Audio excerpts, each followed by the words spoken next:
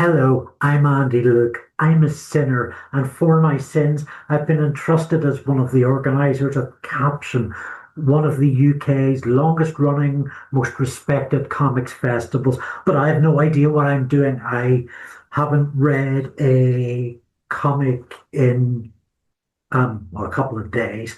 So I'm going through stuff and finding stuff out. So this is Boxes. It's by Thirdbear Press, possibly, and it's edited by Stephen Ingram. One of the names listed on the front here, Manon Wright, I believe, or no, Sri Gunasakara is one of Broken Frontier's coveted six to watch winners, and it's Sri that opens up this anthology with a really zingy uh, comic poem kind of treatise about love and stuff. And it's got a real zap and a real bounce to it. And it's quite welcoming. Oh goodness, look at this page here with all the many boxes of stuff. Wow, that's real work. So, Boxes, issue two, published summer 2024, contains Mark Brady and the Southside Cash Money Concept Club. And I think this might be my new favorite thing, my new favorite comics. Absolutely. So, in the 2000s, I was addicted to Arthur Goodman's favorite crayon stories, which blended a kind of a Friends sitcom type thing, but like if Friends was good, it was written by people that actually knew funny, which had that similar social dynamic of alt culture and really interesting conversations. Mark Brady is doing something similar here, but taking capitalism and commerce as the step. And there's two one-page stories there, and throughout this anthology, there's other Mark Brady inserts. There's another one with the same Southside Cash Money Concept Club. Um, yeah, I want more. I demand more. Man and Right, I think possibly one of Broken Frontier six to watch previous to these, has this beautifully painted piece called The Gatherer, about a sort of an underwater soul hunter. I don't quite vibe with it philosophically, but it's entertaining for what it is. It's beautiful for what it is, and it'll definitely speak to some people. Um, I mean, there's quite a lot of these very beautiful graphic reproductions, like Mammon's work throughout, kind of pushing up the price of this compilation. It's £14, another five for postage. It's a lot of money. Not a dig. With today's printing and skyrocketing postage prices, it's I don't know if it could have been done for cheaper. Probably not. Is anybody really getting paid off this anthology? And isn't that sucky? Um, How to Write Comics, but I Can't Draw is a article by Michael Torrance. I love prose articles mixing graphics, and it's okay. It's an all right written piece. The the the the argument Michael is making as a disabled creator who finds it painfully difficult to draw appealed to me. There was a similar, I find more of a psychological pain to draw. And it kind of highlights why comics are a hybrid, why it's good to have writers working with illustrators. I mean, illustrators absolutely the main draw, but the hybrid, the group team working model is a thing about accessibility. And without being so blunt, Michael makes that point very well. This is Pygmalion by Camilla Crawl, which goes for this, oh, I don't know what you'd call that kind of style. You've come up with a word for it already, right? Um, Leave that word in the comments. Camilla Crawl is blank. Um, yeah, so lots of nice curves and the black and white tones work with the drawing style to hello to give it that kind of extra flourish. Yeah, there's an okay sort of pace, kind of Regency, kind of glamour and curve and yeah.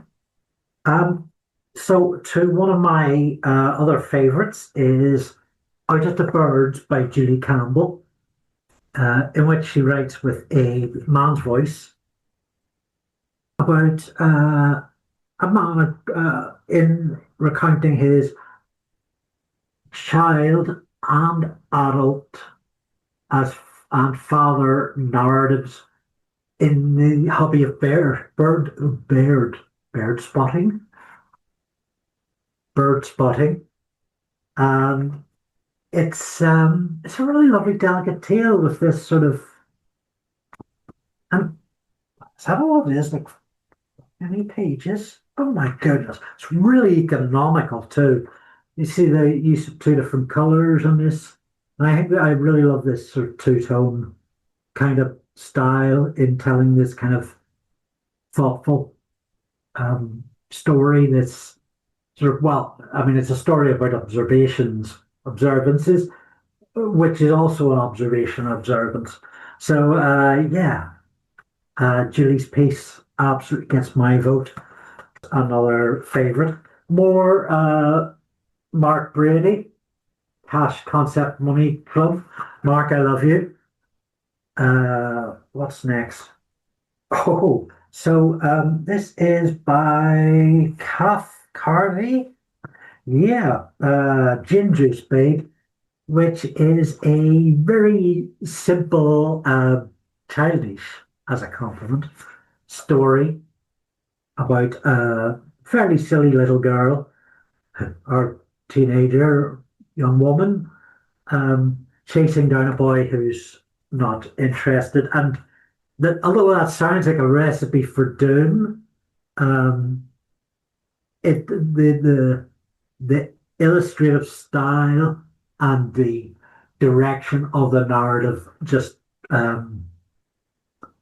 make the most of that. And it's a really sort of light, uplifting piece. Gareth Brooks, not cartooning this time, but with an essay on called The Meticulously Composed Decompositions of Malcy Duff. Malcy Duff is a Scottish cartoonist who I think I first became aware of Malcy in the late 90s, and he's been very prolific since then. And maybe I didn't say it at the time, but Malcy is one of Britain's most unique cartoonists. He does something with his drawing that suggests an extra dimensional quality. So he's doing 3D and 4D. Is 4D a thing? He's doing 3D anyway on a page that's minimum D. I'm not explaining this very well. He does stuff with pacing that's not unlike David Lynch. Well, he's a very sort of slow pacing. Malcy Duff is really difficult to describe. He's completely unique. daring to challenge what is accepted as comics narrative for a real sort of experimental effect. I think Gareth says in his essay that there's something going on that you might not be entirely sure what's happening in a Malcy Duff comic, but you're kind of getting a sense that you think you know, and that kind of that emotive relationship, emotional relationship, um, is again part of what it is. I'm going to go through this essay and put something on the screen or something in the comments, quoting Gareth because it's a really good piece. More Mark Brady, Southside Money Concept Club, Hail Capitalism. Have I mentioned patreon.com/Andy Luke, where you can have your name on screen, thanked at the end. Give me £1.40, you get access to everything early. Drifting by Kai Dillon. Um, like the earlier piece by Malin Wright, it's a tale of underwaterness and a voyager there.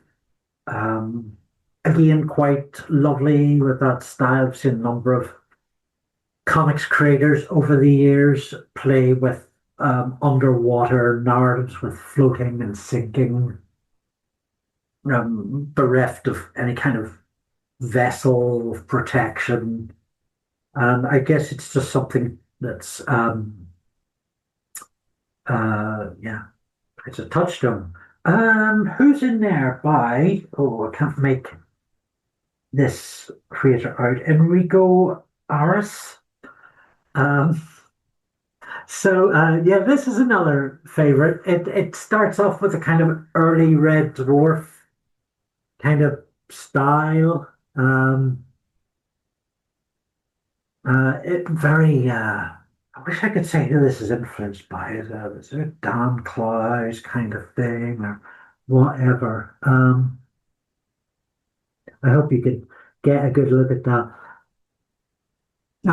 What I like about this is it's a fairly low key, fun little piece with a solid storyline, little observations as we go along.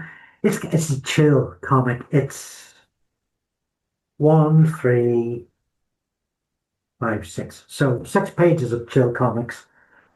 It has a lot of moving parts as well. Um, and it as we sort of come to the last 2 or 3 pages, it unveils that it's actually there's a twist in the story, and then there's another twist, and then there's another, and it all kind of comes together.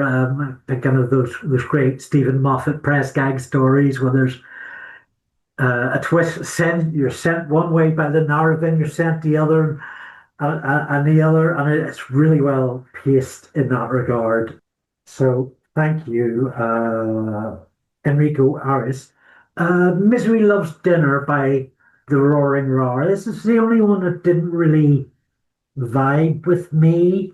I mean, the illustration style is fine, but I didn't really feel there was any kind of clarity in the story. Roaring Roar was trying to tell. I just didn't get it, and what I think I got was like really just really ugly. Um, and I don't know. I mean, all I can be in charge of is my own interpretation, right? So,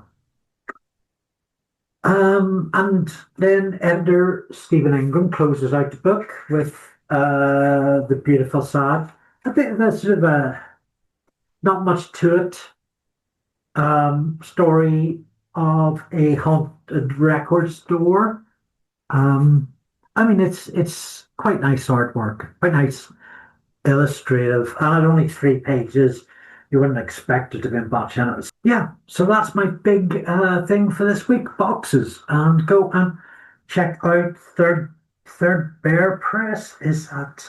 I'm sorry, the light's really dark in here, and I can't Thirdbear Press, yes, at thirdbearpress.com and Instagram, Facebook, and I have some picture of a bird. I don't know what that is. Maybe it'll be on Blue Sky. From the old archives, C.S.D by Justin Crever and Roland's Cummins. Um, Turns out this is from 2017. Justin is no longer making comics. Roland's is. He's just closed a Kickstarter, but there's likely going to be one again soon. So let's give you a look at some of Roland's art. Um, so it's quite detailed. It's got good colors on it. I quite like it. The story that Justin has created here with Roland's is kind of a fairly well envisioned story of police officers in a Chicago filled with supernatural forces of zombies, witches, and stuff. And I mean, there's a few typos, there's a few parts of the text that really could have done with an editor's hand on them, but there's a real strength of vision in the story Justin and Roland's want to tell that really comes across. And I mean, it's a pity Justin isn't writing comics anymore because I would really have liked to have checked that out. I might want to check that story. I mean, there's quite a lot of stuff happening on these pages, which is fine. And we always close with a little mini comic. This one is called Zine Club. I have no idea. Most likely, I bought this at one of the Dublin Independence Day things, and it's exactly what you'd expect for Zine Club.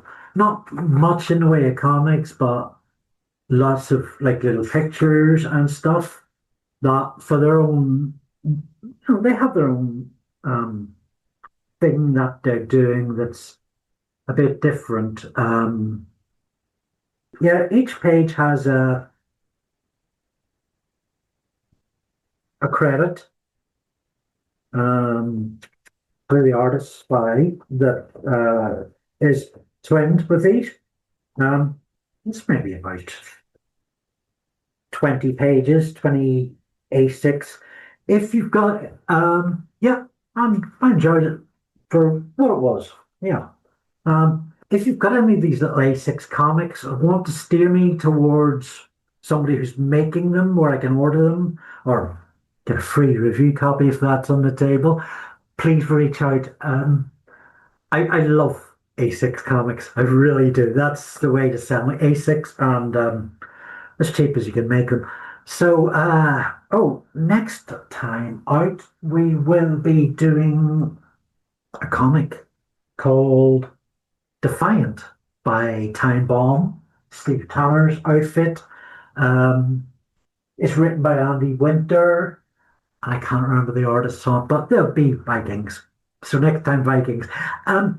If you'd like to see more comics like this in person, come along to Caption, the UK's smallest, intimate, friendliest comics festival. I think it's going to be 8th of August, 9th of August this year. It's like £15 in or something slim like that. If you make comics, we just bring them along and we set them all out on a table, sell them for you. We'll take 10%, but you're free to go about and enjoy the festival, attend the panels, attend the really mad events, network, and we'll sell comics for you. And you come back and you have some money. So check out the links at captionfestival.co.uk. Thanks to our friends at Broken Frontier for recommending me boxes and a lot of the stuff that I feature on Sunday Comics. brokenfrontier.com at Broken Frontier and socials. And I'd like to say a big thank you to all my Patreon sponsors whose names will be on screen now over that way. Um, Give us a like, give us a comment, give us a subscribe. All that keeps the artificial intelligence algorithms spanked down and doing what they should do. They work for us, not the other way around. Um, and keep it real, love, laugh, be safe, play well.